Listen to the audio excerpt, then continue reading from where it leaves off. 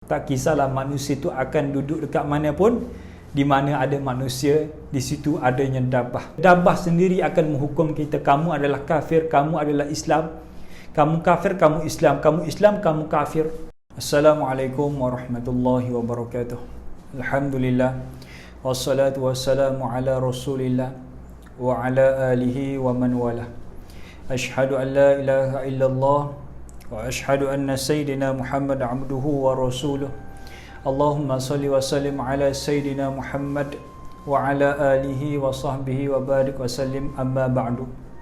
Jadi alhamdulillah, kita masih lagi sambung siri kita berkaitan dengan 10 tanda besar kiamat. Pada malam hari ini ataupun pada hari ini kita akan membincangkan siri ataupun episod yang ke-13 insya-Allah.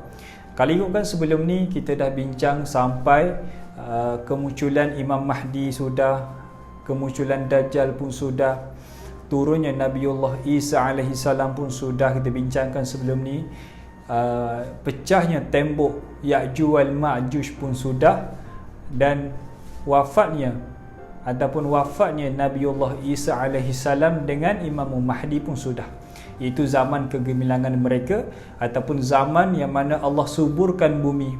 Andai kata pada hari itu ada seseorang yang menanam ataupun mencampakkan satu biji benih, nescaya kalian akan dapati benih yang dicampak, yang dibuang oleh orang itu akan menumbuhkan hasil pada ketika itu juga. Dan buah daripada benih itu ataupun pokok yang tumbuh itu menghasilkan buah, dan buah itu boleh dimakan pada hari itu, pada ketika itu juga, saking suburnya bumi pada ketika itu. Itulah zaman pemerintahan Nabi Isa alaihi salam. Zaman manusia akan hidup bersama dengan Nabi Isa dengan Imam Mahdi. Kemudian bila mana wafat yang kedua, manusia yang sangat dimuliakan oleh Allah Subhanahu wa taala, satu orang manusia iaitu ulul azmi, yang mana seorang rasul dan seorang nabi yang darjatnya sangat tinggi di sisi Allah akan wafat, dan seorang lagi iaitu Muhammad ibn Abdullah al-Mahdiyun, seorang lelaki yang disebut oleh Nabi 1004 tahun yang lalu, disebut oleh Nabi gelarkan dia Al-Mahdi, maka wafat jugalah Al-Mahdi pada ketika itu. Maka wahai manusia, bila mana kalian dapati telah pun wafat kedua manusia yang mulia ini, ketahuilah pada saat itu manusia sudah pun mulai hampir dengan kiamat. Kerana akhir zaman nanti akan berlaku satu tanda besar kiamat yang sangat-sangat dekat dengan kiamat. Kalau ikutkan daripada tanda kiamat yang nombor 1, kemunculan Imam Mahdi, Dajjal, Nabi Isa dengan Ya'juj wal Ma'juj, kita boleh klasifikasikan ini fasa yang pertama. Mungkin fasal permulaan. Kiamat sangat lagi jauh lagi kiamat. Tapi ketahuilah bila mana Nabiullah Isa alaihi salam wafatnya Muhammad ibn Abdullah al-Mahdiyun, manusia kena tahu sangat dekat dengan kiamat. Kerana bila mana munculnya tanda kiamat yang seterusnya, iaitu seekor binatang ataupun dabbatul ard, binatang akhir zaman ini keluar, ketahuilah kiamat tersangatlah dekat dengan manusia. Sebab itulah kalau kita tengok dalam Quran, bagaimana Allah nyatakan kepada manusia, Allah suruh kita baca Quran, Allah suruh kita dalami Quran. Sebab apa? Dalam Quran semua dah ada.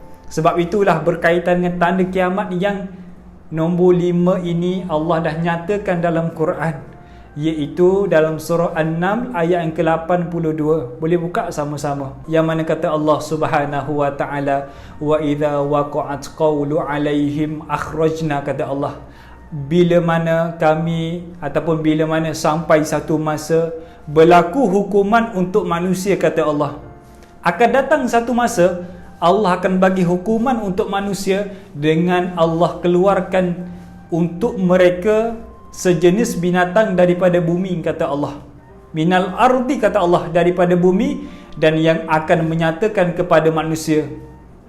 Dia keluar, dabbatul ard ni keluar, apa tugas dia? Tukallimuhum, kata Allah Subhanahu wa taala. Yang mana dia akan berkata-kata, dia akan bercakap dengan manusia.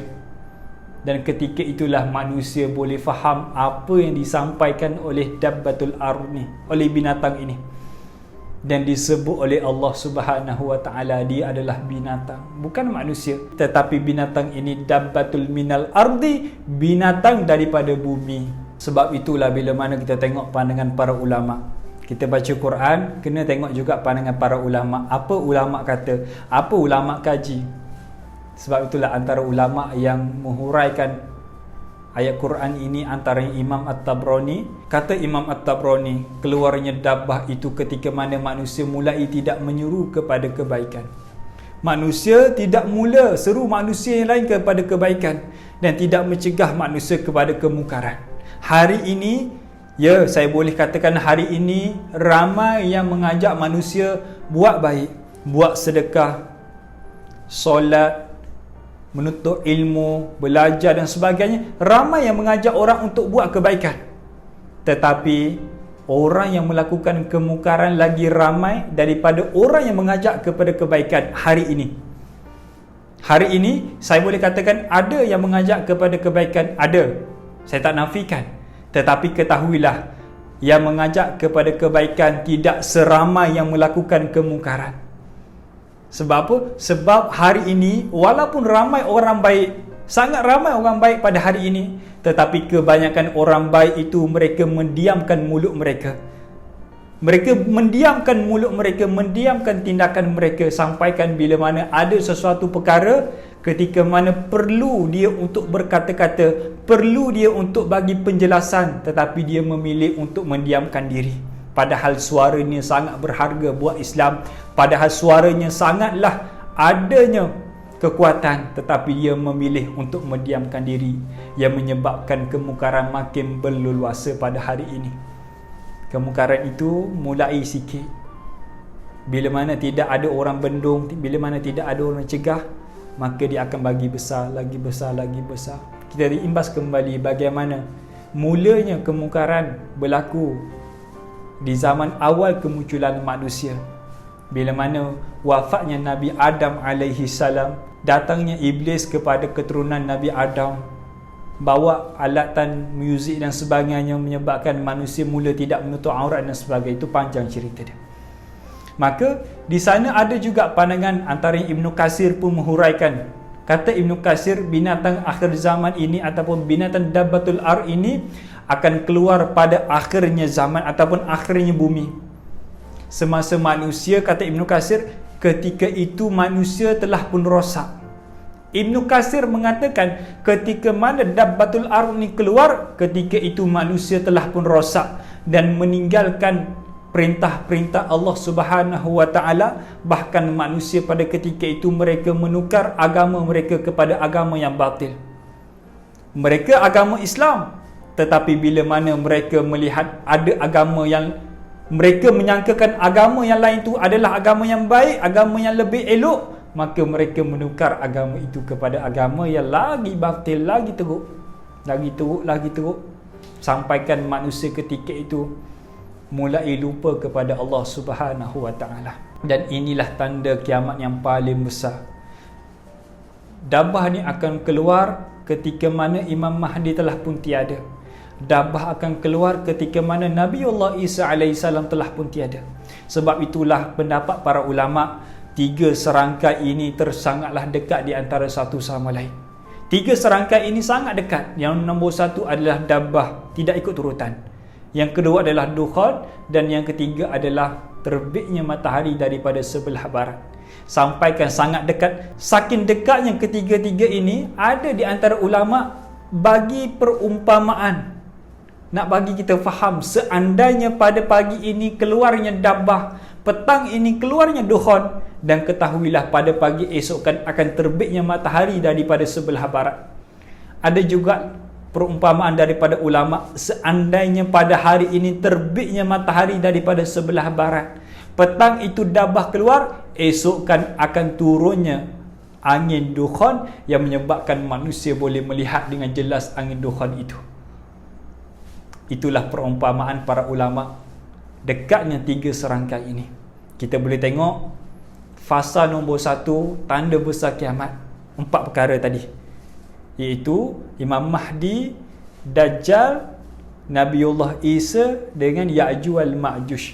Ketika mana Imam Mahdi isytiharkan dia adalah Imam Mahdi, ramai yang bai'ah kepada Imam Mahdi. Adakah Dajjal keluar terus? Tidak. Dajjal nak keluar mengambil masa yang sangat lama. Imam Mahdi bina kerajaan, memerintah dunia pada ketika itu, yang mana umat Islam bernaung di bawah Imam Mahdi pada ketika itu. Berlakunya peperangan, akhir kemuncak daripada pemerintahan Imam Mahdi baru keluarnya Dajjal. Sangat lama masa tu. Tetapi tiga serangkai ini kata para ulama sangat dekat di antara satu sama lain. Sebab itulah ulama kata seandainya tanda kiamat yang seterusnya bila mana Nabiullah Isa AS wafat, ketahuilah itu adalah tanda kiamat yang sangat dekat dengan kiamat. Lalu bila mana kita tengok Dabbatul Ard ni seekor binatang daripada bumi, cuma persoalan dia bumi dekat mana? Bumi yang mana Dabbah ni akan keluar? Adakah bumi Malaysia? Adakah bumi Indonesia, Brunei? Adakah bumi Filipin? Adakah bumi Eropah? Adakah US, UK dan sebagainya? Adakah bumi daripada Timur Tengah, Yaman, Iran, Mesir dan sebagainya? Dan kata Nabi SAW, ketika itu Nabi keluar dengan seorang sahabat Nabi SAW. Nabi keluar, maka Nabi berhenti, dan tempat Nabi berhenti itu berdekatan dengan kota Mekah. Ketika itulah Nabi kata kepada sahabat ini, takhrujud dabbah minal hazil maudi au kama qala, kata Nabi. Dabbah akan keluar daripada tempat ini, kata Nabi.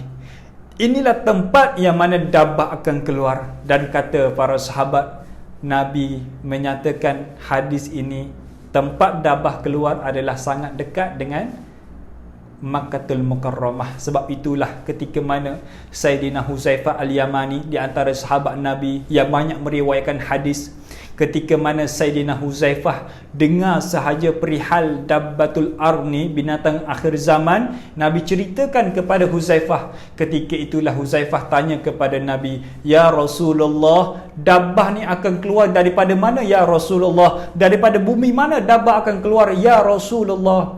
Maka ketika itulah Nabi jawab, wahai Huzaifah, sesungguhnya Dabbah akan keluar daripada masjid yang paling agung, masjid yang paling mulia, iaitu Masjidil Haram.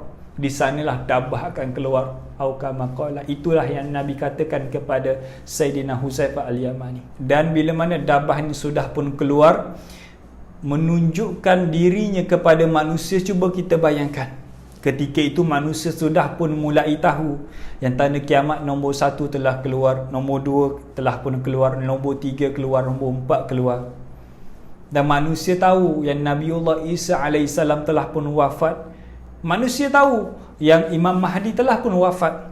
Ketika itu yang ada di bumi pada ketika itu, masih lagi ada yang beriman kepada Allah, masih ada lagi yang tidak beriman kepada Allah.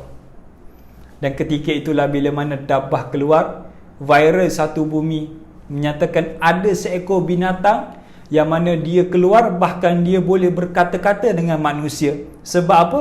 Nabi mengatakan Dabbah ataupun Allah mengatakan tukallimuhum, Dabbah ni boleh berkata-kata, dan manusia faham apa yang disampaikan oleh Dabbah. Sebab itulah ada di antara ulama yang berpendapat, ada ulama yang berpendapat sesungguhnya Dabbah ini adalah binatang yang bertemu dengan Tamim ibn Darus Ad-Dari, seorang sahabat Nabi, yang mana dia bersama dengan 30 orang pemuda terdampar di sebuah pulau, bertemu dengan seekor binatang yang mana mengatakan dia adalah Al-Jasasah. Dan ulama mengatakan Al-Jasasah itu adalah Dabbah. Sebab apa? Dabbah adalah binatang yang berbulu. Dabbah adalah binatang yang berbulu, dan Al-Jasasah pun binatang berbulu. Yang mana kata Tamim ibn Darus Ad-Dari, ya Rasulullah, ketika mana aku melihat Al-Jasasah itu, aku tak mengetahui yang mana arah belakang dan yang mana arah depan, kerana tubuh badan dia dipenuhi dengan bulu ya Rasulullah. Sama juga dengan Dabbah. Sebab itulah Dabbah bila mana dia pergi kepada manusia, tidak ada seorang manusia pun yang ada di atas muka bumi pada saat itu melainkan dia akan bertemu dengan Dabbah. Sebab itulah Dabbah akan bawa dua perkara kepada manusia. Dia jumpa manusia A, dia bawa 2. Jumpa manusia B, dia bawa 2 perkara. 2 benda ni lah yang akan dibawa oleh dabbah. Yang nombor 1 yang akan dibawa oleh dabbah adalah tongkat Nabi Musa alaihissalam, dan nombor 2 adalah cincin Nabi Sulaiman alaihissalam. Seandainya ketika itu adanya manusia yang didatangi oleh dabbah, dan ketika itu dabbah mengeluarkan cincin Nabi Sulaiman alaihissalam kepada pemuda itu, kepada manusia itu, lalu diletakkan dekat bahagian badan manusia itu, maka ketahuilah tubuh badan manusia itu, mukanya, tubuh badannya akan menjadi hitam kehitaman. Dan ketika itulah, pada saat itulah, orang akan memanggil dia adalah kafir. Dan seandainya dabbah pergi kepada orang yang Islam, orang yang beriman kepada Allah, dabbah akan keluarkan tongkat Nabi Musa alaihissalam. Dan ketika itu jugalah manusia akan memanggil dia adalah orang mukmin, orang yang beriman kepada Allah. Sampaikan Nabi gambarkan kepada kita macam mana suasana ketika itu. Macam mana suasana dabbah keluar, apa manusia akan bercakap, apa cara pemikiran manusia ketika itu. Sampaikan Nabi bagi perumpamaan ketika itu, seandainya ada seorang yang tidak beriman berjalan melalui di tempat orang yang beriman tengah makan. Orang tidak beriman, orang kafir berjalan melalui tempat orang beriman makan. Nescaya orang yang beriman akan memanggil orang kafir, wahai kafir, jom makan. Itulah yang Nabi gambarkan kepada kita, nak bagi kita faham apa panggilan sesama manusia pada ketika itu, wahai kafir dan wahai Islam. Dan ketika itulah seandainya ada manusia yang mula nak solat, mula nak baca Quran, mula nak tutup aurat, ketika itulah dabbah akan kata kepada manusia, baru sekarang kamu nak solat, baru sekarang kamu nak pakai tudung, baru sekarang kamu nak tutup aurat. Dan ketika itulah tidaklah ada ucapan yang boleh manusia lontarkan, kerana dabbah adalah janji daripada Allah Subhanahu wa taala. Dan lalu macam mana ciri-ciri dabbah ni? Di antara ciri-ciri dabbah yang nombor 1 adalah dabbah ni seekor binatang. Tidak ada khilaf para ulama, dia adalah binatang, dan dia adalah binatang yang berkaki 4. Dan nombor 3, dabbah ni satu binatang yang berbulu. Dia tidak mempunyai ekor, tak ada ekor. Dan dabbah ni adanya tanduk padanya. Dan dabbah ni seekor binatang yang tinggi, yang besar. Dan di antara ciri dabbah yang paling utama adalah dabbah boleh berkata-kata, dan manusia faham apa yang disampaikan oleh dabbah. Dan tidaklah ada seorang manusia melainkan dia akan didatangi oleh dabbah. Tak kisahlah manusia itu akan duduk dekat mana pun, di mana ada manusia, di situ adanya dabbah. Dan ketika itulah dabbah akan mendekati manusia, akan bercakap dengan manusia dan akan menghukum manusia. Kita pada hari ini suka menghukum orang. Kita hari ini suka menghukum orang. Kita hari ini suka mengaibkan orang. Ketika itulah dabbah akan terus menyatakan kepada kita. Tak perlu ada orang yang mengatakan kepada kita, tak perlu ada orang yang menghukum kita. Dabbah sendiri akan menghukum kita. Kamu adalah kafir, kamu adalah Islam. Kamu kafir, kamu Islam. Kamu Islam, kamu kafir. Dan ketika itulah manusia akan mengetahui yang dia Islam ataupun kafir. Itu di antara tanda kiamat yang nombor 5, yang mana ketika itu manusia dalam keadaan menghitung hari. Orang beriman, dia menghitung hari bila hari kiamat. Orang tidak beriman, dia mula lara, dia mula melupakan Allah Subhanahu wa taala. Maka semoga dengan perkongsian kita pada episod yang ke-13 pada kali ini untuk tanda kiamat yang nombor 5 memberi manfaat kepada anda. Seandainya anda belajar sesuatu, kongsikan kepada orang lain juga, kerana biar orang lain pun boleh belajar sama. Assalamualaikum warahmatullahi wabarakatuh.